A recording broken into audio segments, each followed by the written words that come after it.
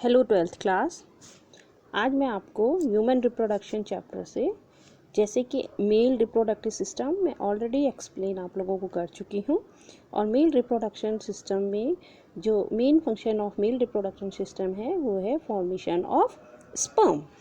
तो स्पर्म का फॉर्मेशन का काम, कैसे स्पर्म की फॉर्मेशन होती है मेल रिप्रोडक्टिव सिस्टम में, मेन जो पार्ट्स हैं उनके बारे में मैं पहले आपको डिस्कस कर चुकी हूँ। तो इसमें आप लोगों को आज मैं एक्सप्लेन करने जाने वाली हूँ कि फॉर्मेशन ऑफ स्पर्म। क्लियर। पहले हम थोड़ा सा गैमीटोजेनेसिस के बारे में जान लेंगे। गैमीटोजेनेसिस क्या टर्म है? गैमीटोजेनेसिस, गैमीटोजेनेसिस इसका मतलब होता है गैमिट फॉर्मेशन। इसका मतलब है गैमिट फॉर्मेशन। जैसे कि नाम से ही पता चल रहा है कि गैमेटोजेनेसिस का मतलब है गैमिट का फॉर्मेशन। और गैमिट के फॉर्मेशन कौन कौन से गैमिट्स के फॉर्मेशन? एक हो गया, और गैमेटोजेनेसिस में किस चीज़ का जो फॉर्मेशन होना है वो होना है स्पर्म का और ओवम का। ठीक है। और स्पर्म का फॉर्मेशन कहाँ से होगा? मेल रिप्रोडक्टिव सिस्टम से। ठीक। और ओवम का फॉर्मेशन कहाँ से होगा? फीमेल रिप्रोडक्टिव सिस्टम से। ठीक। इतना आपको आई होप समझ में आ गया होगा। और आपको ये अच्छे से पता है कि जो टेस्टीज हैं वो स्पर्म को प्रोड्यूस करती हैं और जो ओवरीज हैं वो ओवम को प्रोड्यूस करती हैं। Okay, now start spermatogenesis. Spermatogenesis is the process where sperms are formed. Okay? Spermatogenesis वो प्रोसेस है जिसमें कि स्पर्म की फॉर्मेशन होती है। स्पर्म का फॉर्मेशन जो कि मेल रिप्रोडक्टिव पार्ट है। ओके, तो ये जो प्रोसेस है वो कैसे फॉलो होती है उसके बारे में मैं थोड़ा आपको समझाने जा रही हूँ। Spermatogenesis is the production of sperm of male gamete. ये आपको समझ में आ गया है। It takes place in 2 stages. Spermatogenesis की जो प्रोसेस है वो 2 पार्ट्स में कंप्लीट होती है। पहला पार्ट है फॉर्मेशन ऑफ स्पर्म। ठीक। Spermatids, formation of spermatid. Clear. और सेकेंड फॉर्मेशन है स्पर्मियोजेनेसिस। स्पर्मियोजेनेसिस। ठीक। स्पर्मेटोजेनेसिस में 2 पार्ट्स में कंप्लीट होती है। फर्स्ट है फॉर्मेशन ऑफ स्पर्मेटिड्स और सेकेंड है स्पर्मियोजेनेसिस। इतना आपकी समझ में आ गया होगा। ओके, तो स्पर्मेटोजेनेसिस को समझने के लिए हमें क्या समझना ज़रूरी है कि जो स्पर्मेटोजेनेसिस की फॉर्मेशन है वो जो है इस सेमिनिफेरस ट्यूब्यूल्स में होती है। सेमिनिफेरस ट्यूब्यूल्स कौन सी है? जो मेल रिप्रोडक्टिव सिस्टम में स्पर्म प्रोड्यूसिंग ट्यूब्स है। क्लियर है।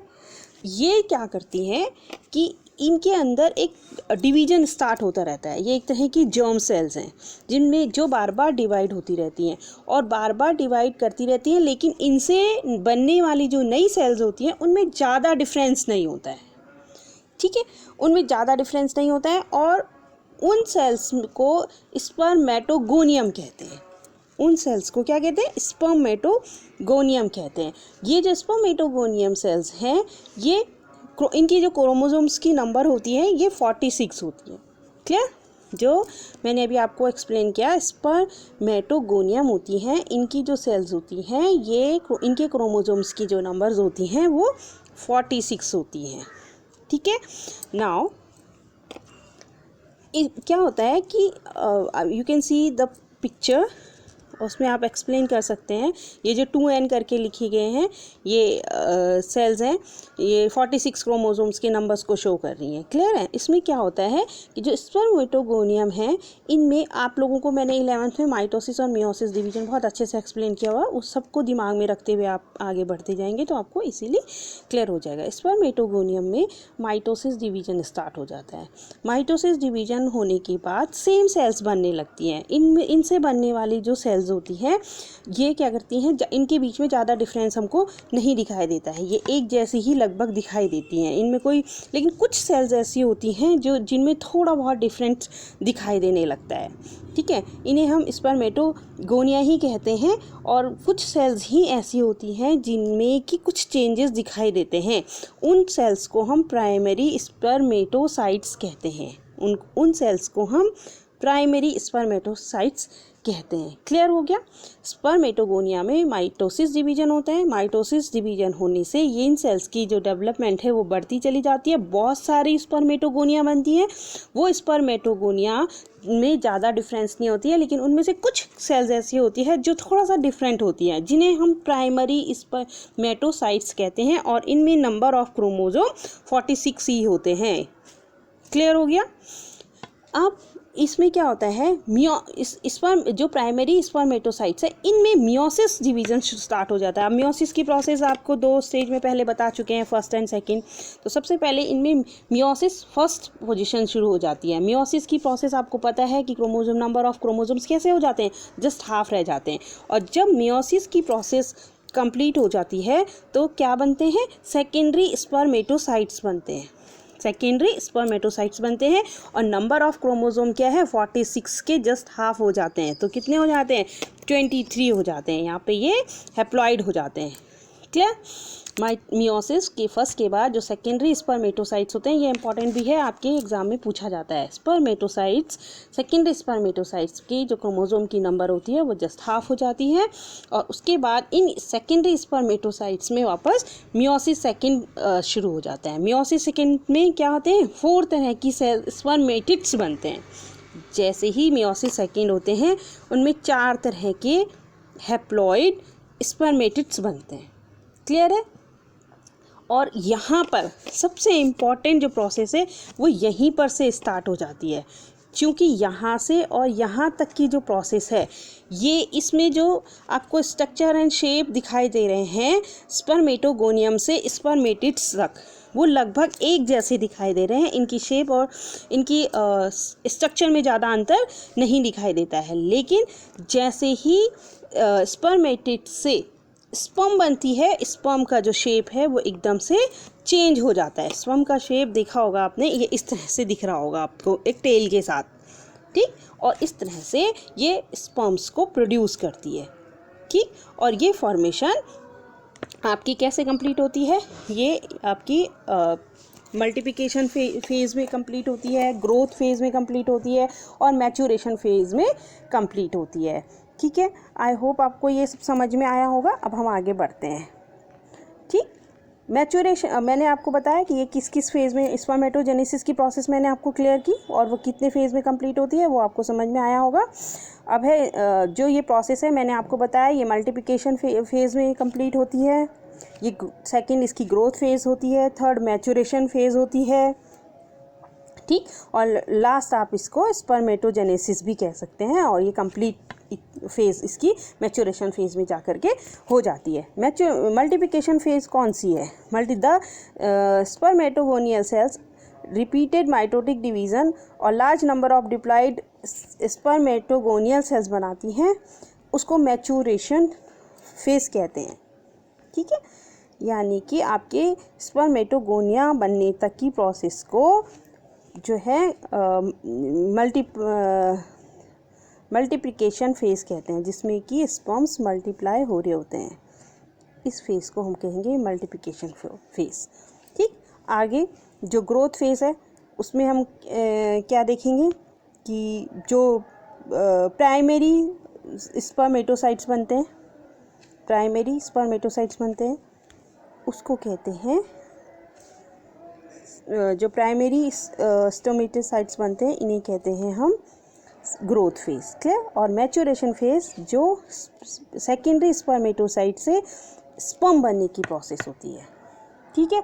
यानी स्पर्मेटोमेटिड से स्पर्म, स्पर्मियोजेनेसिस, जो स्पर्मियोजेनेसिस प्रोसेस है, स्पर्मियोजेनेसिस प्रोसेस स्पर्म बनने की प्रोसेस, स्पर्मेटिड से स्पर्म बनने की प्रोसेस, उसे कहते हैं मैच्योरेशन फेज, क्लियर।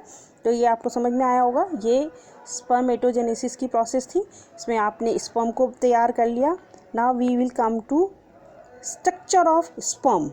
स्पर्म का जो स्ट्रक्चर होता है उसमें जो मेन सबसे ऊपर एक पार्ट होता है जिसे हेड कहा जाता है, ठीक। हेड में जो आउटर लेयर होती है उसको एक्रोसोम कहा जाता है। एक्रोसोम बहुत इंपॉर्टेंट रोल प्ले करता है। एग सेल की आउटर कवर को ये पेनिट्रेट करने का काम करता है, ठीक। हेड के अंदर ही एक न्यूक्लियस होता है और वो न्यूक्लियस के बाहर सेल मेम्ब्रेन लगी हुई होती है। बीच वाले पोर्शन को नेक कहते हैं। नेक एक इम्पॉर्टेंट रोल प्ले करता है क्योंकि इसके अंदर सेंट्रियोल होता है। बीच के पार्ट को मिडिल पार्ट कहा जाता है और ये इम्पॉर्टेंट पोर्शन होता है क्योंकि इस मिडिल पार्ट के अंदर बहुत सारे माइटोकॉन्ड्रिया प्रेजेंट होते हैं। माइटोकॉन्ड्रिया को एनर्जी का सोर्स कहा जाता है और जो भी स्पर्म को आगे पुश करने के लिए एनर्जी प्रोड्यूस करता है, ठीक है। और लास्ट में जो इसकी सबसे पीछे, इसको टेल कहा जाता है। ये टेल पानी में स्विम करके इसके अंदर स्विम करके आगे स्पर्म को आगे पुश करने का काम करती है और जो है अपनी प्रोसेस को कंप्लीट कराने में टेल का बहुत इंपॉर्टेंट रोल प्ले होता है। तो इस तरह से आपने स्पर्म को भी समझ लिया होगा। आई होप आप लोगों की समझ में आ गया होगा। और इसके बाद मैं आपको थोड़ा सा बताती हूँ कि इसके लिए जो है कुछ हार्मोन्स होते हैं जो इम्पॉर्टेंट रोल प्ले करते हैं। जो हार्मोनल कंट्रोल होता है वो एक इम्पॉर्टेंट रोल प्ले करता है। कैसे वो अपने रोल्स को कंप्लीट करता है वो थोड़ा सा आप समझने की कोशिश कीजिएगा। जो हार्मोनल कंट्रोलिंग में कैसे होता है,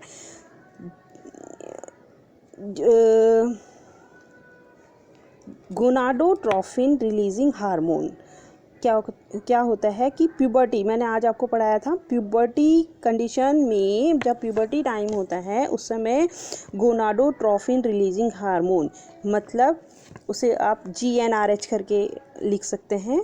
GnRH गोनेडोट्रोफिन रिलीजिंग हार्मोन्स, ये सिक्रीशन स्टार्ट हो जाता है। ये क्या करता है, हाइपोथैलेमस में स्टिमुलेट होता है और एंटीरियर पिट्यूटरी इसको सिक्रीट करती है और ये गोनेडोट्रोफिन नाम के हार्मोन को सिक्रीट करती है, ठीक है।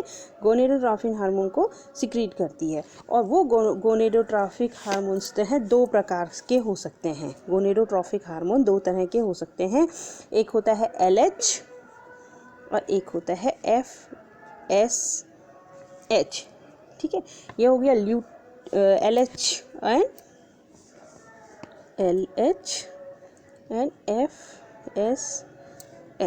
जो LH है उन्हें कहा जाता है ल्यूटिनाइजिंग हार्मोन, ठीक, ल्यूटिनाइजिंग हार्मोन। जो FSH है उन्हें कहा जाता है फॉलिकल स्टिमुलेटिंग हार्मोन्स। ये हार्मोन्स जो है कंट्रोल करते हैं स्पर्म को की फॉर्मेशन के लिए, ठीक। और जो ये लीडिंग सेल्स होती हैं इन्हें ये क्या होती हैं, ये सबसे इम्पॉर्टेंट हैं लीडिंग सेल्स। ये कहाँ प्रेजेंट होती हैं, जो मैंने आपको बताया था कि सेमिनिफेरस ट्यूब्यूल्स के अंदर ही डिवीज़न होता है जब स्पर्मेटोसेल्स बनती है और इन सेमिनिफेरस ट्यूब्यूल्स के बीच में कुछ पोर्शन होता है, ठीक है।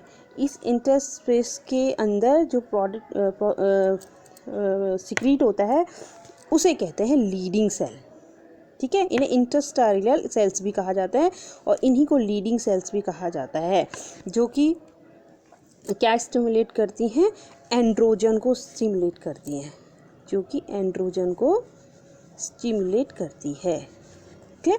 एंड्रोजन जो है वो सिक्रीट होना लग जाता है और ये टेस्टोस्टेरोन भी सिक्रीट करती है, जो कि मेल बॉडी का सबसे इम्पॉर्टेंट हार्मोन होता है, ठीक है। और ये पूरी मेल बॉडी को स्टिमुलेट करता है। क्लियर? तो हार्मोनल कंट्रोल भी आपकी समझ में आया होगा। नेक्स्ट वीडियो के लिए वेट करें, तब तक के लिए थैंक यू।